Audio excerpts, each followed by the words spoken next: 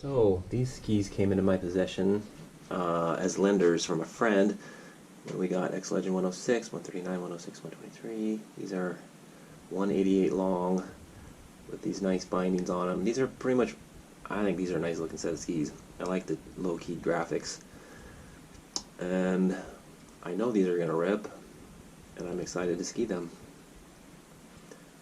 I was excited to ski them till I skied them, and I realized how much they did actually rip. Yeah, anyway, I'm kind of excited about these skis. They, what's the word? They're highly capable. Like, I think my job as a ski tactician and reviewer is to basically push skis to their top end limit in various conditions and see what they do or how they respond or how they ride. And I could not find the speed limit on these skis. So these are the first turns ever. And I've described these things as skiing like they're like fat razor blades, but like buttery. Like, this is hard conditions, almost refrozen, kind of wind hammered. So first run later down the way here, coming down south face, and it's just nice light. Like, oh my god, when you can actually see everything, it doesn't matter how bad the snow is if you can see it. And I'm ripping down this edge of this top, this ridge, and there's a dude right there, because you don't never know where you're going to quite go. Maybe you're going to go left, but there's a dude there, so we can't go left. So we're throwing the random variation here, and it's funny. I mean, I've skied this so many times.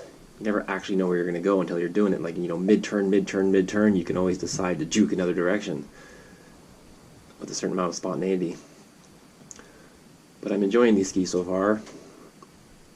And we're going fast. We're on the Chunder, crossing the groomer, ripping over the edge of this thing. And this turn I made, I think it was almost like the first time I've ever done it, maybe. Like, it might be a new move. I've sold this to 10%. This left-hander, basically, where I right ski, look, it's not, I'm floating. There's like this skidding, float. Look, the right ski's not touching. My left ski's skimming. Right ski's still floating. Then bam, we touch back down in mid-turn.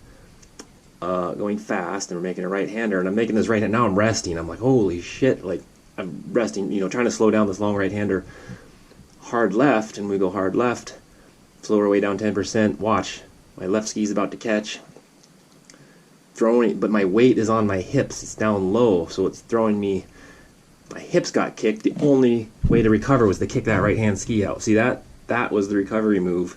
Versus, if you recall in the Morrison video that we're going to clip to, look, the left-hand ski, same thing, except my weight was up over my shoulders, so it threw my shoulders downhill, and the recovery was the hard diving pole plant with the right-hand pole plant. So it's a very similar near falling over the ass in tea kettle crash, but since the weight was in the hips in this one and in the shoulders in the Morrison, it was a different recovery tactic, which makes me think or talk about how, in general, you know, skiing, you got your foundational technique, but it's only so good as your recovery moves. Like, certain, you know, your recovery from not crashing. Like, you're always almost crashing, and it's the more recovery moves you have, the better off you are. So this is full speed coming through here.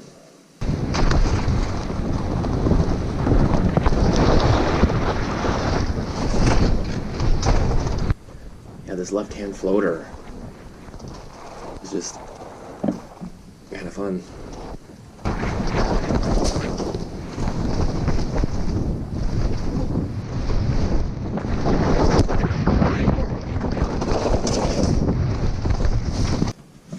So that was the first run. Wow, that's the first 20 turns on these skis. So coming in the second run, I wanted to hit this left-hander as hard as I could. Look at it waiting there. We got a bam bam, and I'm trying to basically tuck as much speed.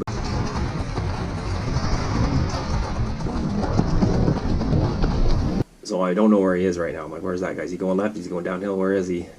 I'm dive bombing this turn as hard as possible. These skis just love it. Come whipping around. I know the dude's here somewhere. I don't see him there, so now I'm deciding to drop in left. Right here you do a setup turn. The guy's gone. I don't know where he went. He was somewhere. But I knew I was uphill of him from here, at least, because, you know, as you're blindly launching over these rolls, you want to know where people are. So this left-hand turn was interesting because I'm coming in left, left, left, hot, and I know I'm going to get a little bit of air, and I think I'm going to keep going left out of the air, left, left, left, but in the middle of the air, look, there's a bush there. I can't keep going left, so mid-air, so let's do a little Jimmy, I did like a little jig to get my feet under me, turned quickly, and then back, so it was kind of an air turn drop fade is what that was, like, because look, I was going left. Wow, 2 new moves in 2 runs. Thanks, Dynastar.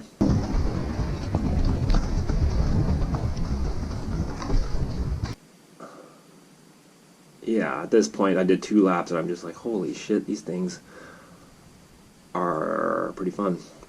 Where are we going on this one? Oh, this is the second lap, just full speed.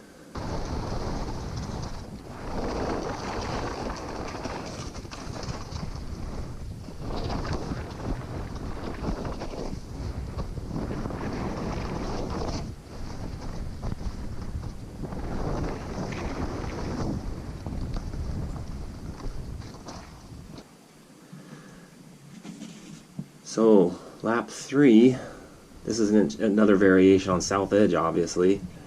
I'm doing long right, so basically I'm kind of doing a long traversey fall line. It's longer but lower angle, so then I'm trying to take the time to like slower turns, you know.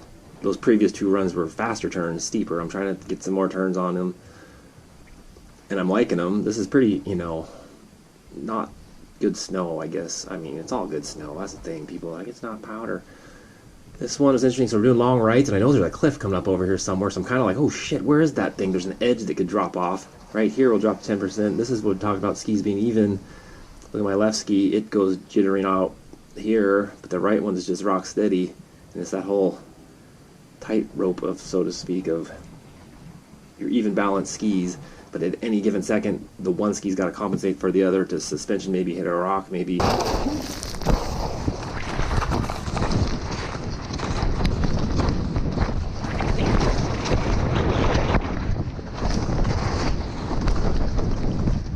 I mean, it's slightly slower than the first 2, but that's so funny. But there's way more control. You can see, like, the first 2 were near disaster. Steeper pitch, shorter run. You know, they're right there. Look, I'm coming down the same spot. Oh, look, first run into Christmas. I've been wanting to get in here all week. Here we are. So I'm just going to run this basically full speed, or just whatever, just to check it out. But this is kind of like some sham style, steep, hard stuff. This is all no fall zone right there. You don't want to fall down that funnel, basically. I mean, you're not going to die, but you'll just go for 500 feet. One time my friend, that face right in front of me, did a front flip off of it and then ragdolled down the entire thing. Like 50 ragdolls. You can see it's pretty firm. We're working our way through the gut here. And this is the gut.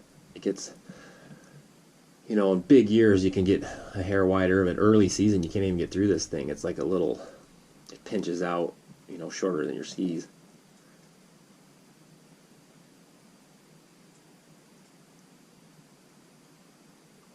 But these skis are just nice. They like just grippy. They're just smooth, sharp edges. And that's funny because every single ski I get on, I'm like, this is my new favorite. This is my new favorite. Like, are they all my real favorite? Because this one I seriously think could be my new favorite. But those Storm Riders were seriously amazing. Like, so, you know, I guess you just ski a different ski every day. So for some reference or context on my commentary, I guess, I'm 40 years old and I've been skiing a while. So I was sponsored by Atomic for years, so I only skied Atomic. I was only sponsored for 4 or 5 years. Moved to Canada, lost the sponsorship, blah, blah, blah. But I always kept skiing my old gear. So I was Atomic, you know, because I don't want to buy new shit. Like, are you kidding me? So I only skied Atomic for a good 6, 7 years. Then I decided to build my own skis. I'm like, fuck you, everyone. I'm going to build my own skis. And then only skied my own stuff for a good 10 years. And then in the last 5, I've just, you know, enjoyed skiing other skis. And then this last winter, I'm just actively going through as many different types of skis as possible. And it's super fun. And it's made me re-appreciate and re-enjoy skiing. I keep feeling like I'm a teenager again. It's kind of fun. These turns were not the most pleasant. It's quite steep. You can see all these chunks flying by us, and it's basically hard what it looks like. And I'm going to bump this up to 400% as we get off the face here. This was a real pleasant run, I must say. Even though we're in the deep shade, I'm heading down to the sun for my first lap in Christmas, then first lap way out to this zone. I think it's called, not Tiger Trap, it's called something.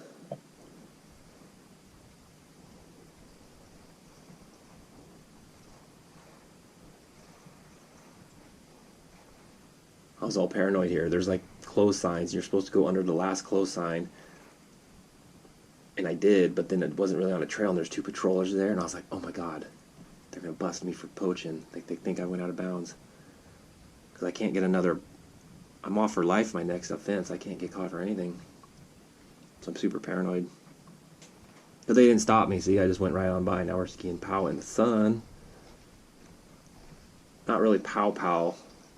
It's like pow on chunder, frozen.